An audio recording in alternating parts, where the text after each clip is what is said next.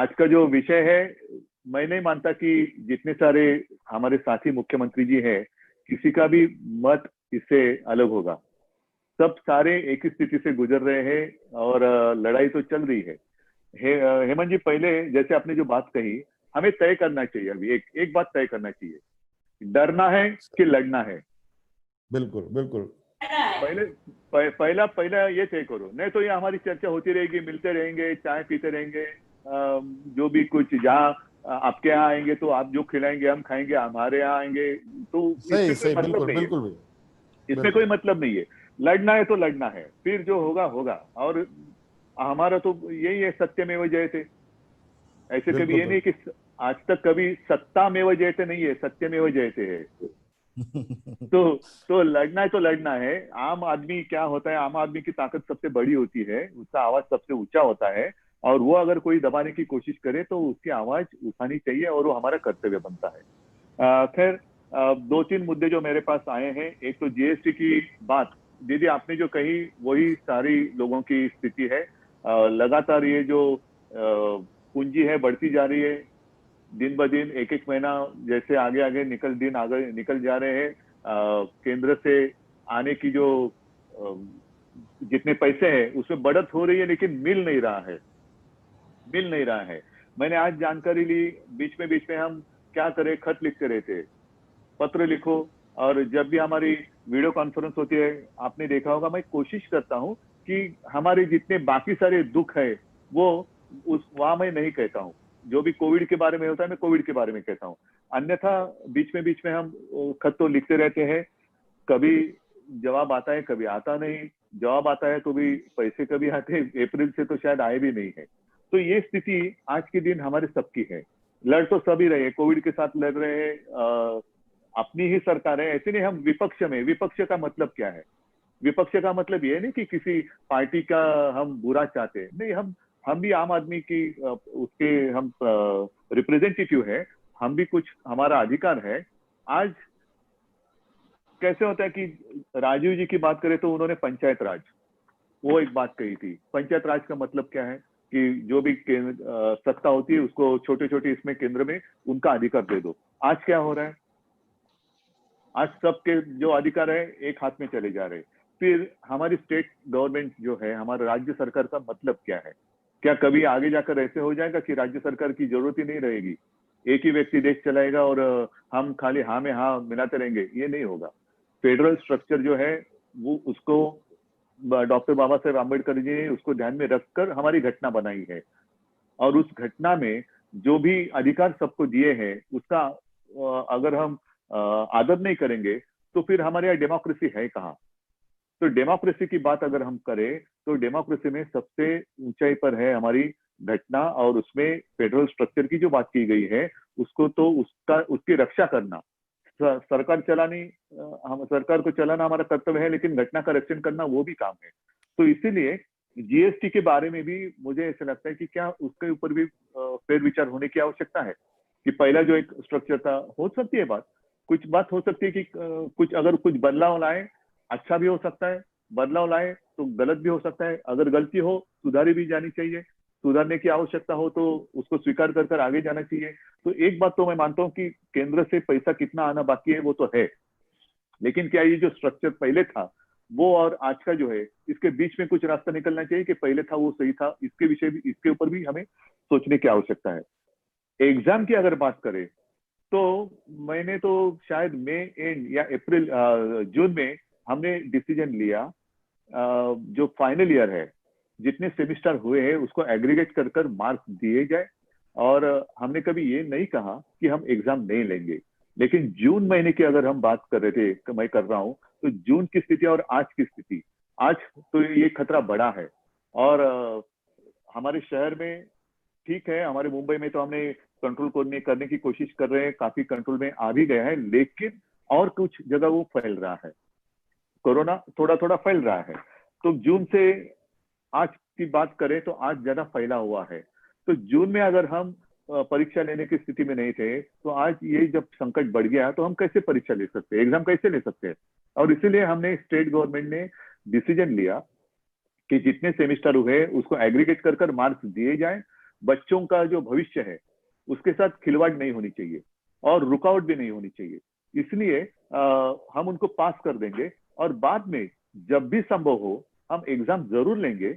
और अगर किसी बच्चे की ऐसी धारणा होगी कि अरे नहीं एग्जाम होता तो मैं ज्यादा अच्छा परफॉर्मेंस कर सकता था, तो वो उसकी मर्जी, वो उस एग्जाम वो दे सकता है। फिर एग्रीगेट किए हुए मार्क्स और एग्जाम में मिले हुए मार्क्स चुनना उसका काम है। तो मैंने पहले कभी ये नहीं कहा कि हम एग्जाम नहीं लेंगे, लेकिन आज के दिन ये स्थिति नहीं है। और जैसे कहीं बाहर के देशों की ओर हम देखें, मैंने बीच में खबर पढ़ी थी यूएस में उन्होंने स्कूल खोल दी और ऑलमोस्ट 97,000 बच्चे 1 लाख के आसपास वो संक्रमित हो गए। क्या करेंगे ऐसे अगर स्थिति हमारे यहाँ आ गई तो? हमने उद्योग तो मई महीने में ही शुरू कर दिए।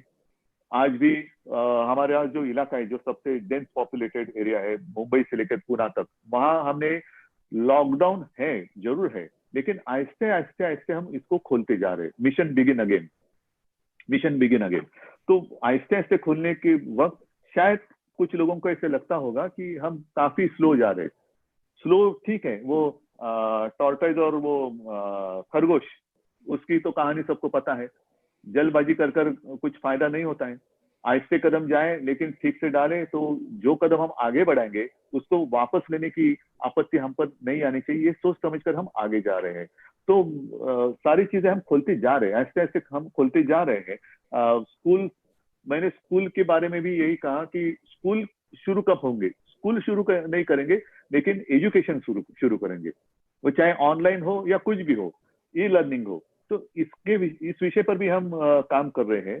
जो बात मुझे दिखाई दे रही है एनवायरमेंट की, एक जो बात रहेगी वो भी मैं बता देता हूँ। हमने तो एक लेटर दे दिया है जावड़ेकर जी को। वैसे तो आदित्य ने 2-4 दिन पहले ही प्रधानमंत्री जी को लेटर दिया है एजुकेशन के बारे में, और उसमें आदित्य ने लिखा है कि ये जो एजुकेशन एकेडमिक ईयर है, जैसे फाइनेंशियल ईयर वो आगे बढ़ा है, तो एकेडमिक ईयर भी क्या हम जनवरी से शुरू कर सकते हैं? क्योंकि आज तक देश की अगर बात करें तो हर राज्य की स्थिति अलग अलग है। कुछ राज्य नसीब वाले हैं और वो नसीब वाले ही रहे कि जहाँ उनके यहाँ ये संक्रमण कम हुआ होगा, अच्छी बात है। लेकिन आज के दिन हमारे यहाँ तो वैसे नहीं है। हमारे यहाँ बहुत ही केयरफुली हमें आगे जाने की आवश्यकता है, और इसीलिए आदित्य ने कहा कि एकेडमिक ईयर हम आगे करें क्या, जनवरी से शुरू करें क्या। तो वैसे ही एनवायरमेंट की बात करें, हम क्या करते हैं? विकास चाहिए, हाँ चाहिए ना विकास। हम तो सरकार इसलिए सरकार में आए कि विकास के लिए आए हैं। कुछ लॉकडाउन, परमानेंट लॉकडाउन करने के लिए हम नहीं आए हैं, हम तो विकास के लिए आए हैं। और आप सभी को याद होगा, लगभग हमारा सेशन तो उसी दरमियान चलता रहता है। मार्च महीने में हमारा महाराष्ट्र का सेशन चल रहा था, बजट हमने पेश किया और 2-4 दिन में हमें सेशन समाप्त करना पड़ा, क्योंकि हमारे यहाँ कोरोना शुरू हो गया। तब से घर में बैठे, वर्क फ्रॉम होम, और ऐसी बात मुलाकातें होती रही। तो विकास के लिए हम तो सरकार में आए हैं, लेकिन विकास का मतलब ये नहीं कि जहां चाहे हम हमारी मर्जी कुछ भी करें। जंगल है तोड़ दो और वहां से कुछ भी करो, नहीं। और इसीलिए खास कर हमारे विदर्भ से एक जाने वाला रेलवे का एक रूट है अकोला खांडवा, वो मध्य प्रदेश से जाता है। वो जाता है बीच हमारे जंगल से, मेलघाट, जो टाइगर का घना जंगल है। तो हमने उनको ये कहा है कि अल्टरनेट कुछ करें, कि हम बीच जंगल से ये रास्ता जा रहे हैं तो हम घुमा कर लेके जाएं, तो ज्यादा बस्ती, ज्यादा लोगों को इस्तेमाल होगा। तो कुछ ना कुछ सोच समझ कर करना चाहिए। आसान उत्तर हम जरूर निकाल सकते हैं, लेकिन आगे जाकर हमें आपत्ति आ सकती है। तो ये सारी बातें हमारी होती रहती है। लेकिन दीदी आपने जो बात कही कि हमें मिलते रहना चाहिए। जब भी कोई आपत्ति आती है तो हम भागम भाग करके इकट्ठा आते। क्यों आपत्ति की जरूरत है क्या हमें इकट्ठा आने के लिए? आपत्ति के बिना भी हमें मिलते रहना चाहिए। अगर हम हमेशा साथ रहेंगे तो आपत्ति की क्या हिम्मत है हमारे सामने आने की? हम हमेशा साथ रहेंगे तो आपत्ति भी डर कर रहेगी, अरे ये तो इससे इनके नजदीक जाने में खतरा है। आपत्ति को खतरा महसूस होना चाहिए, हमें नहीं। और ये जो बात हम जो कर रहे हैं, ये कॉमन मैन की बात है। जैसे जीएसटी की बात है, पैसा आएगा नहीं तो हम कैसे करेंगे? जैसे आपने कहा कि सारी बातें हम तो फ्री दे रहे हैं, ट्रीटमेंट फ्री दे रहे हैं, ये दे रहे हैं, वो दे रहे हैं। अभी इस सितंबर से लेकर वो केंद्र से जो पीपी वेंटिलेटर जो आने वाला था, आ रहा था, वो भी बंद होने जा रहा है। वो मुद्दा भी मैंने पिछले प्रधानमंत्री जी के सामने कॉन्फ्रेंस पे मैंने उठाया था। एक एक चीज वो बंद करते जा रहे हैं। और हमारे यहाँ हमें देने की आवश्यकता हो रही है, जरूरत पड़ रही है। तो ये सारी बातें हमें सोच समझ कर एक प्रोग्राम बनाना चाहिए और सब मिलकर हम जाएंगे, केंद्र के सामने जाएंगे। ठीक है, हमारा अधिकार है, हम भीख नहीं मांग रहे। जो बात आपने कही वो सच है, भीख नहीं मांग रहे, हमारा अधिकार है, हमारी जनता का अधिकार है। और हमारी जनता, ठीक है, हमें भी वोट दिया है और साथ साथ प्रधानमंत्री जी को भी वोट दिया है। मतलब ये जनता कोई हमें वोट देने वाली जनता बाहर से आई है और वहां उनको वोट देने वाली जनता यहाँ की है, ऐसी बात नहीं, एक ही जनता है, जनता तो वही है। लेकिन हम करे तो पाप और वो करे तो पुण्य, ये नहीं हो सकता, ये नहीं होना चाहिए। और इसलिए मैं कहता हूँ कि सोच समझ कर एक प्रोग्राम होना चाहिए, मिलते तो रहना चाहिए। जब भी मौका मिले तो बिना मास्क, आज तो मैं बिना मास्क आपके सामने बात कर रहा हूँ क्योंकि मैं मेरे घर पे बैठा हूँ। हेमंत जी आप भी, और सारी बातें क्योंकि हम अपने अपने घर में हैं।